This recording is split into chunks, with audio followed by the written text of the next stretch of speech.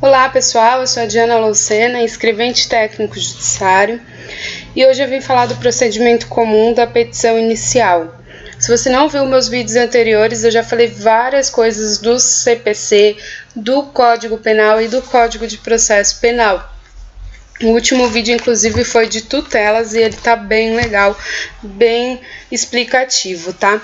Então vamos aí para a letra de lei, que é o que a banca Vunesp cobra, tá? Então, se você está estudando por outra coisa que não seja a letra de lei, se você não está lendo a lei, comece a ler urgentemente, porque é a lei que vai cair nas questões, tá bom?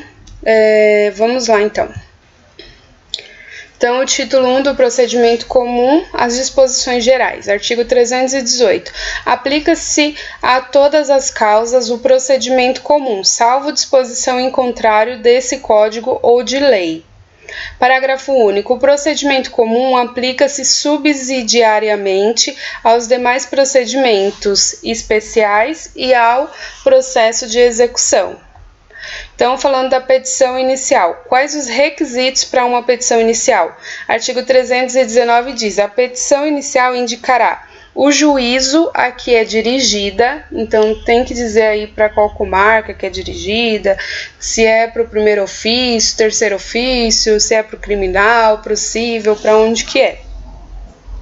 2. Os nomes, os pré-nomes, o estado civil, a existência da união estável, a profissão, o número de CPF ou do CNPJ, o endereço eletrônico, o domicílio e a residência do autor e do réu. 3. O fato e os fundamentos jurídicos do pedido. Então, você tem que dizer o que aconteceu e tem que dizer que você está pedindo de acordo com tal lei. Então, você tem que dar o fato, o que está acontecendo e também os fundamentos jurídicos. O pedido com as suas especificações. E aí é complementar e dizer, especificar bem o que você quer. O valor da causa. Todo processo ele tem que ter um valor de causa, tá? Quando você apresenta aí sem um valor de causa, ele é rejeitado. Não que ele é rejeitado, mas o juiz pede que você estipule o valor da causa, tá? As provas com que o autor pretende demonstrar a verdade dos fatos alegados. Então, tem que juntar aí todas as provas que tem daquilo que está alegando, né? A opção do autor para realização ou não de audiência de conciliação ou de mediação. Então, você pode aí dizer se você quer ou não participar dessa audiência de conciliação ou de mediação. Caso não disponha das informações previstas no inciso 2, que aí é o nome, o prenome, estado civil, existência de união estável, profissão, CPF, CNPJ, os domicílios e o e-mail, caso não tenha isso, poderá o autor na petição inicial requerer ao juiz diligências necessárias à sua obtenção, a obtenção de qualquer um desses dados. Porque tem que ter do autor e do réu. Então, às vezes, não tem alguma coisa do réu, né? Às vezes só tem o endereço, não tem o e-mail. Então, pode pedir aí. E a petição inicial não será indeferida se, a despeito da falta das informações do inciso 2, que foi o que a gente falou agora, o CPF, nome, for possível a citação do réu. Então, às vezes, não tem aí o CPF, mas você tem o nome e o endereço, já dá para citar o réu. Então, ela não vai ser indeferida, essa petição inicial, se for possível essa citação do réu, mesmo não tendo algum desses dados. A petição inicial não será indeferida pelo não atendimento no disposto no inciso 2, que são esses dados, se a obtenção de tais informações tornar impossível ou excessivamente onerosa o acesso à justiça. Então, nesses dois casos não são indeferidos, tá? Se puder citar o réu, mesmo não tendo essas informações, ou se para trazer essas informações seja muito oneroso ou seja impossível o acesso à justiça. Artigo 320. A petição inicial será instruída com os documentos indispensáveis à propositura da ação. Então, tudo que for documento que for indispensável para a petição inicial tem que estar na petição inicial, tem que ser instruída com esses documentos. O juiz, ao verificar que a petição inicial não preenche os requisitos dos artigos 319 e 320, que são todos esses dados que a gente acabou de falar, ou que apresente defeitos e irregularidades capazes de dificultar o julgamento do mérito, determinará que o autor, no prazo de 15 dias, a emende ou complete, indicando com precisão o que deve ser corrigido ou completado. Então, cuidado aí com esse prazo, porque no vídeo anterior eu falei das tutelas, e lá nas tutelas, o prazo, quando ela não é conhecida, a tutela ela não é aceita, aí o autor ele vai ter o prazo de 5 dias lá para emendar a petição inicial. Mas aqui é no processo, é na petição inicial, é no procedimento comum. Então, aqui o prazo para emendar a petição inicial é de 15 dias, tá? Então, cuidado com isso.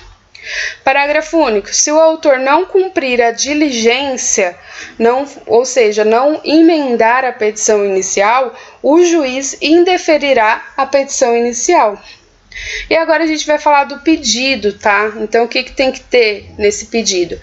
O artigo 322 diz: o pedido ele tem que ser certo. E aí a gente vai ler mais pra frente que ele também tem que ser determinado, mas aí pode ser genérico nas exceções. Então tá, o pedido ele deve ser certo. Compreende-se no principal os juros legais, a correção monetária e as verbas de sucumbência, inclusive os honorários advocatícios. Então, já está aí no valor principal incluso, você tem que colocar aí incluso no valor principal os juros, a correção monetária, as verbas de sucumbência, os honorários de advocacia. Então já está compreendido dentro do valor principal, tá? A interpretação do pedido considerará o conjunto da postulação e observará o princípio da boa-fé. Então isso aí o juiz ele vai verificar o conjunto de tudo que foi juntado e vai observar também o princípio da boa-fé. Artigo 323. Na ação que tiver por objeto cumprimento de obrigação em prestações sucessivas, essas serão consideradas incluídas no pedido, independentemente de declaração expressa do autor, e serão incluídas na condenação, enquanto durar a obrigação, se o devedor, no curso do processo, deixar de pagá-las ou de consigná-las. Então, o que eu entendo aqui nesse artigo? Você entrou com a obrigação de pagar, de alguém pagar uma dívida para você, mas aí é paga em prestações. Então, você entrou, por exemplo, em janeiro, mas o processo ele foi visto lá em março, por exemplo. Então, teve aí as prestações de fevereiro e março, e o devedor ele deixou de pagar no curso do processo, né? Ele deixou de pagar essas prestações. Então, mesmo que você não tenha alegado essas prestações na petição inicial, elas são prestações sucessivas e elas serão consideradas incluídas no pedido, independentemente da sua declaração expressa, da declaração expressa do autor. As prestações sucessivas, elas são consideradas quando o devedor, no curso do processo, ele deixou de pagar ou de consigná-las. Artigo 324. O pedido deve ser determinado. Então, além dele ser certo, ele tem que ser determinado. É lícito, porém, formular o pedido genérico, mas aí tem os casos certos, tá? Então, primeiro você decora, o pedido ele tem que ser certo e ele tem que ser determinado. Porém, eu posso formular um pedido genérico, desde que esteja nessas condições. Número 1, nas ações universais, se o autor não puder individuar os bens demandados. Ou 2, quando não for possível determinar, desde logo, as consequências do ato ou do fato. Ou então, quando a determinação do objeto ou do valor da condenação depender de ato que deva ser praticado pelo réu. Então, nessas 3 situações, é possível o pedido genérico, mas a regra é que ele tem que ser certo e determinado. Pode ser genérico só nesses 3 casos, tá? O disposto nesse artigo aplica-se à reconvenção. Então, também nos casos de reconvenção, nesses casos aí, nesses 3 casos, e tem que decorar isso, porque é questão de prova, pode ser genérico. Artigo 325. O pedido ele será alternativo quando, pela natureza da obrigação, o devedor puder cumprir a prestação de mais de um modo. Então, o pedido ele pode ser alternativo. Se não cumprir desse jeito, pode cumprir desse outro. Então, quando tem mais de um modo para ser cumprido aquela obrigação que o autor está entrando com a causa, então o pedido ele pode ser alternativo. Ele será alternativo. E quando pela lei ou por contrato a escolha couber ao devedor, o juiz lhe assegurará o direito de cumprir a prestação de um ou de outro modo, ainda que o autor não tenha formulado pedido alternativo. Então, mesmo que o autor foi lá e fez um pedido certo, e ele fez um pedido determinado, mas o juiz entende que o autor pode cumprir que o réu pode cumprir de várias formas esse pedido, mesmo que o autor não fez um pedido alternativo, o juiz vai considerar e vai assegurar o direito de cumprir essa prestação de forma alternativa. Artigo 326. É lícito formular mais de um pedido em ordem subsidiária a fim de que o juiz conheça do posterior quando não acolher o anterior. Então, ele pode fazer vários pedidos aí de forma subsidiária. Então, se o juiz não acolher um, aí o juiz pode acolher o anterior, tá? Então, pega esse daí que também é questão. Parágrafo único. É lícito formular mais de um pedido alternativamente para que o juiz acolha um deles. Então, é um pouco diferente. O pedido em ordem subsidiária, o juiz ele vai conhecer o posterior quando não acolher o anterior. Então, ele não acolheu um, vai olhar o outro, vai ver se acolhe o outro. Já no pedido alternativo, é para que o juiz acolha qualquer um deles, então sem ordem determinada. Artigo 327. É lícito a acumulação em um único processo contra o mesmo réu de vários pedidos, ainda que entre eles não haja conexão. Então, essa parte que ela é muito importante, esse artigo 327, ele cai na prova, porque quando é contra um mesmo réu, você pode fazer vários pedidos, você pode pedir medicamento e ao mesmo tempo você vai pedir, vamos supor, algo com aluguel. Então, você vai pedir várias coisas que não têm conexão entre si, mas é o mesmo réu. Então, você pode fazer vários pedidos. Decora isso, não precisa ter conexão. Parágrafo 1º. São requisitos de admissibilidade da acumulação que os pedidos sejam compatíveis entre si, seja competente de conhecer deles o mesmo juízo e seja adequado para todos os pedidos o mesmo tipo de procedimento. O tipo de procedimento. Então, o que ele tem que ter? Tem que ser compatíveis, tem que ser o mesmo juízo. Então, você não pode fazer pedido aí para o criminal e pedido para o cível. Não, tem que ser o mesmo juízo, tá? Então, todos do cível ou todos do criminal. E que seja adequado o mesmo tipo de procedimento.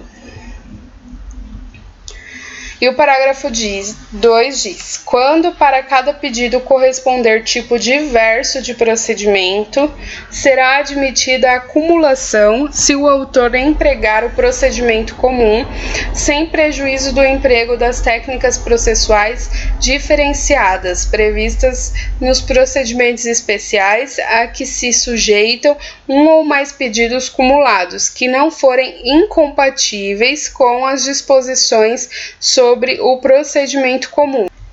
Então, o que quer dizer isso? Mesmo que eles sejam procedimentos diferentes, desde que haja compatibilidade no procedimento comum, né, é admissível aí a acumulação desses pedidos. E o 3 fala: no inciso 1 do parágrafo 1, não se aplica às cumulações dos pedidos que trata o artigo 326. E aí é das cumulações, aí é o que trata 326 do subsidiário e do pedido alternativo. Artigo 328. Na obrigação indivisível com pluralidade de credores, aquele que não participou do processo receberá sua parte, deduzidas as despesas na proporção de seu crédito. Então, quando tem uma obrigação indivisível, e aí tem vários credores, não dá para dividir os credores, mas, por exemplo, tem 15 credores, mas só 10 entraram com ação. Aqueles, como é uma obrigação indivisível, aqueles outros 5, eles também terão direito, mesmo sem ter entrado com a ação, de receber a sua parte, porém, vai ser deduzida as despesas na proporção do seu crédito, né? Então, um vai ganhar 1.000, vai ser 10% de 1.000, outro vai ganhar 5.000, vai ser 10% de 5.000, então é na proporção do seu crédito.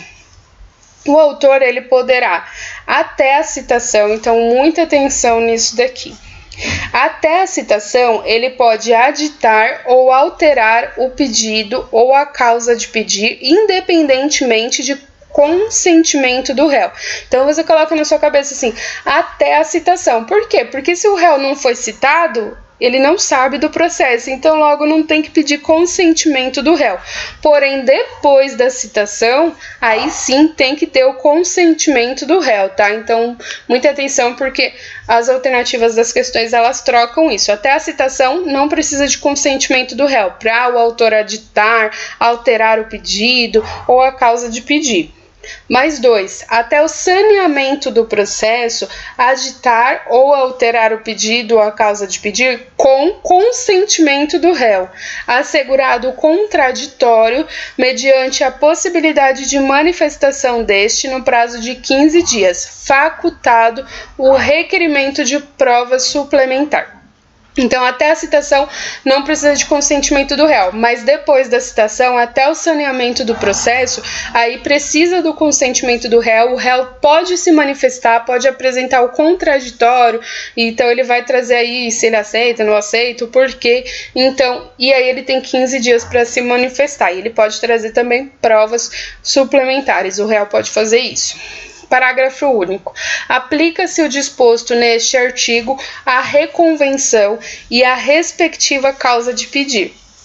Então, nós vamos parar aqui e do indeferimento da petição inicial eu falo no próximo vídeo. E nós vamos então para as questões. Mas antes aí para as questões, deixa aí seu like, compartilha com seus amigos, inscreva-se no canal, ativa o sininho para receber as notificações dos próximos vídeos e vamos então para as questões de 2013. Pelo disposto no Código do Processo Civil, a petição inicial será indeferida quando contiver pedido genérico. Nós vimos que o pedido ele tem que ser certo e determinado, mas ele também pode ter pedido genérico, dentro daquelas 3 condições que nós falamos. Então, essa não é a nossa alternativa, ele não tem o porquê ser indeferido a petição inicial nesse sentido. Letra B, contiver pedidos incompatíveis entre si. Sim, nós vimos que isso é uma causa de indeferimento da petição inicial. Se tiver pedidos incompatíveis entre si, pode ser indeferido. C, contiver pedidos alternativos, e nós vimos aí que pode ter alternativos, e contiver pedidos sucessivos, nós vimos também que pode sim ter... Tequila, para com isso! Genérico, pedido alternativo, pedido sucessivo, pedido certo, pedido determinado, ele pode ter no processo, na petição inicial, né? 2. Então, o gabarito da 1 é a letra B, de bola. 2. É aí para procurador de Itaquaquecetuba de 2018, minha cidade. Então, vamos e vamos. Quanto ao pedido descrito na inicial, assinale a alternativa correta de acordo com o Código de Processo Civil. Letra A. Deve ser certo e determinado, sendo defeso aduzir pedido genérico? Não, ele tem que ser certo sim e determinado, mas defeso é proibido. Não, ele não é proibido ter pedido genérico? Nós temos 3 condições lá que serão pedidos genéricos. B. Pode-se fazer pedido alternativo, mas não subsidiário? E nós vimos também que pode ter alternativo, mas também pode ter subsidiário. Letra C. O pedido principal compreende-se os juros e a correção monetária? Sim, nós vimos que no pedido principal compreende juros, correção monetária e até honorários, tá? Então, a letra C é o nosso gabarito. D. Quando se tratar de prestações subsidiárias, estas devem ser expressamente requeridas na inicial. Nós vimos que não, que o juiz, subsidiária, lembra que eu expliquei? Que quando está devendo, mas no curso do processo não pagou, o devedor deixou de pagar no curso do processo, mesmo que não foi expressamente requerida na petição inicial, essas prestações subsidiárias, elas são válidas e elas serão incluídas na condenação. Letra E. Poderá o autor a qualquer tempo alterar o pedido sem o consentimento do réu? Não, nós vimos que até a citação ele pode alterar sem o consentimento do réu, mas até o saneamento do processo precisa do consentimento do réu, e aí o réu ele vai poder apresentar aí as contradições dele, ele terá 15 dias aí para se manifestar. Então, essa não é a nossa alternativa. Número 3, da Prefeitura de Nova Odessa. Sobre o pedido na petição inicial, assinale a alternativa correta. Letra A. É lícito formular pedido genérico quando não for possível determinar desde logo as consequências do ato ou do fato? Letra de lei. Certinho. Essa é uma das 3 alternativas que nós temos para fazer um pedido genérico e não um pedido determinado, né? Então, quando aí não for possível determinar desde logo as consequências do ato ou do fato, é um motivo aí para formular o pedido genérico. Essa é a nossa alternativa correta. É o nosso gabarito. B. O pedido deve ser certo, contendo desde logo juros legais e correção monetária, do contrário não haverá esse acréscimo ao principal. Não, a gente sabe que no pedido principal já pode incluir aí os juros legais, a correção monetária, os honorários advocatícios e então não tem nada a ver essa questão aí. Letra C. Se tiver por objeto cumprimento de obrigação em prestações sucessivas, devem ser incluídas no pedido? Não. Elas não precisam ser expressamente requeridas no pedido, na petição inicial, para constarem na condenação final. Não, elas serão incluídas na condenação final, mesmo que não forem requeridas na inicial. Letra D. Se não houver conexão, não será possível a acumulação? Nós vimos que não. A acumulação, ela independe de conexão. Então, essa alternativa ela já está errada. Letra E. Os pedidos cumulados alternativos ou em ordem subsidiária não fazem parte do pedido reconvencional por força do seu procedimento? E nós vimos que não, que também vale para os pedidos reconvencional. Então, por isso essa alternativa está incorreta. O gabarito, então, é número 1, letra B, 2, C e 3A. Deixa aí seu like se você curtiu esse vídeo, compartilha com seus amigos, inscreva-se no canal, ativa o sininho para receber as notificações dos próximos vídeos e vamos aí para gabaritar essa lei de processo civil e as outras leis também nesse concurso do Tribunal de Justiça. Até o próximo vídeo.